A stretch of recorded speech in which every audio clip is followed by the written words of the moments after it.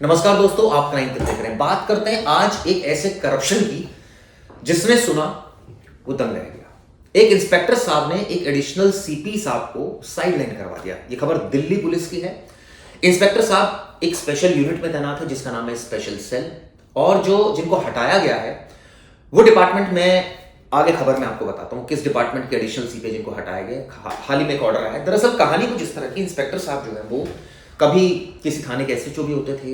Inspector साहब को कभी सीबीआई ने अरेस्ट भी किया था और रिश्वत के आरोप में अरेस्ट किया गया था। पेपर लीक का एक केस था, हड़कंप मच गया था उस वक्त। लेकिन उसके बाद उनकी दोबारा तैनाती हुई। अब उनको ऑब्वियसली क्लीन चिट मिली होगी तभी तैनाती हुई इस केस में। उस केस में क्लीन चिट मिली होगी। लेकिन अभी इंस्पेक्टर साहब ये बताते हैं एक डीसीपी साहब के बड़े खास हैं, तो इनकी दोबारा पोस्टिंग हो जाती है स्पेशल सेल में, जो कि काफ़ी संवेदनशील पोस्टिंग होती है। ये हम सबको पता है। स्पेशल सेल जो है वो आतंकवादियों को पकड़ती है। स्पेशल सेल देश में जो सुरक्षा के लिए खतरा होता है, जो जिन तत्वों को, उनको अरेस्ट करती है। अब यहाँ पर इनकी तैनाती होती है।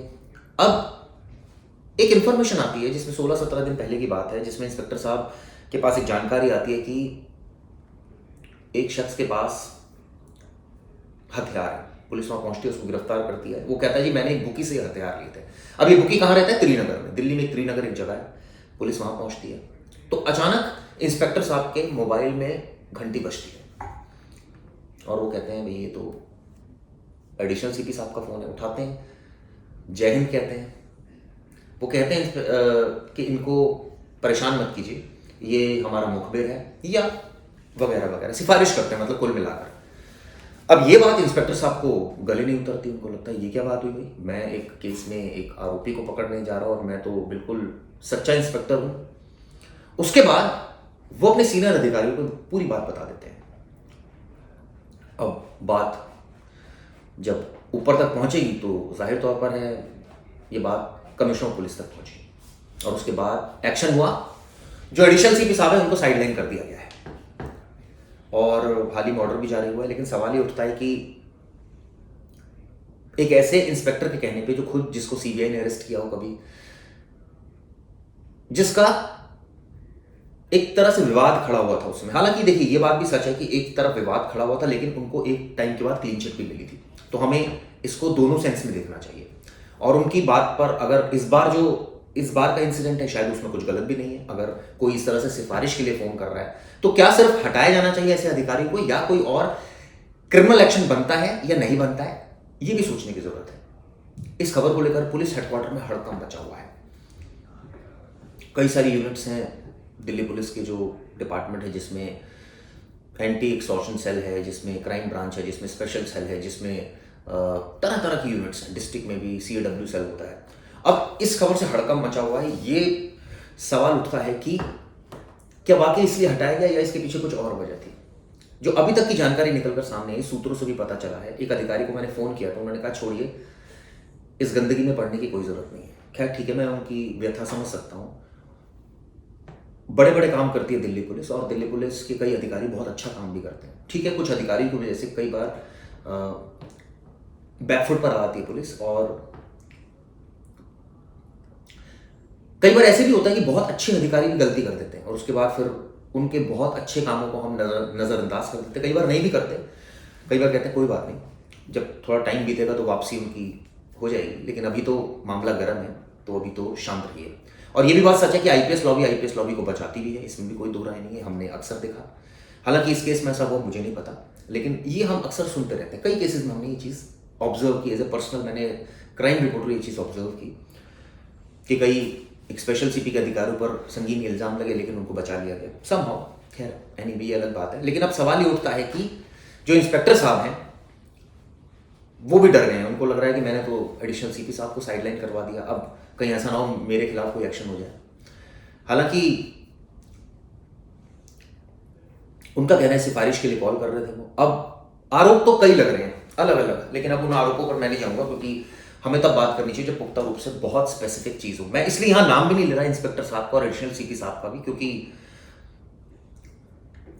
खबर तो पक्की है, इसमें कोई दो राय नहीं। लेकिन कई बार ऐसा होता है कि खबर पक्की होने के बाद भी बोलना नहीं चाहिए। अच्छे कामों को भी याद रखना चाहिए, ठीक है, कोई बात नहीं। अब सवाल ये उठता है कि इस घटना के बाद ये भी पता चला, एक जानकारी और मिली, जो इंस्पेक्टर साहब हैं, कभी उन्होंने एक सब इंस्पेक्टर को भी अरेस्ट करवाया था, उसका भी गठजोड़ अपराधियों से मिला था। लेकिन एक मजबूरी और भी है पुलिस वालों की कि उनको अपराधियों से कुछ गठजोड़ करना भी पड़ता है। मकसद एक होता है कि दूसरा अपराधी भी पकड़ा जाए, और इन्फॉर्मेशन गैदर करने के लिए कई बार इस तरह की जो गठजोड़ है वो सामने आता है। लेकिन अब गठजोड़ का मकसद क्या है, ये सबसे इंपॉर्टेंट बात जो है वो होनी चाहिए। ऐसा नहीं हो कि गठजोड़ का मकसद कुछ और हो।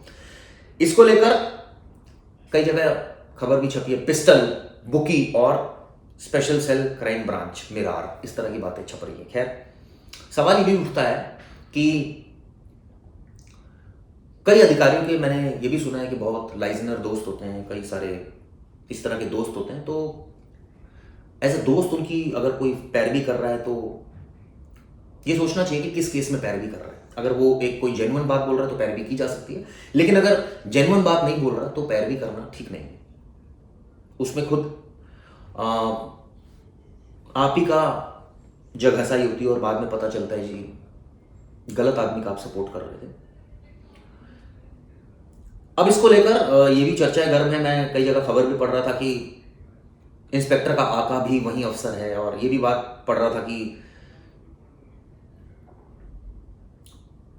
कहीं सोशल मीडिया पर लिखा था मैं अपनी मर्जी से आया था, अपनी मर्जी से जा रहा हूं। इस तरह की बातें छपी हुई हैं, ये किसने लिखी है ये नहीं बताऊंगा, लेकिन इस तरह की बातें छपी हुई। खैर, अब कुल मिलाकर साइडलाइन जो करवा दिया है इन इंस्पेक्टर साहब ने, हालांकि काम तो इस बार ये बताते हैं उनकी गलती नहीं थी, लेकिन कई बार ऐसे अधिकारियों को भी, हालांकि इस केस में मैं उनको बता दूं क्लीन चिट मिली है जो रिश्वत वाला केस है, लेकिन कई बार ऐसा होता है कि हमें टेंटेड ऑफिसर्स को भी रखना पड़ता है अपने साथ में। वो इसलिए क्योंकि उनकी मुखबरी बहुत स्ट्रांग होती है, या वो डिपार्टमेंट के लिए बहुत इंपॉर्टेंट होते हैं, या कई बार मजबूरीवश उनको रखना पड़ता है। कई बार राज भी उनको पता होते हैं बड़े अधिकारियों के, तो ये भी मजबूरी होती है। खैर, इस पर मैं नहीं जाऊंगा, इस केस में ऐसा नहीं है, लेकिन मैं जनरल परसेप्शन आपको बता रहा हूँ। ये वीडियो दोस्तों कैसी लगी जरूर बताइएगा। दिल्ली पुलिस में हड़कंप मच गया इस घटना के बाद से कि एडिशनल सीपी साहब को कैसे साइडलाइन करा दिया इंस्पेक्टर साहब ने। कमेंट जरूर कीजिएगा, बताइएगा जरूर। धन्यवाद।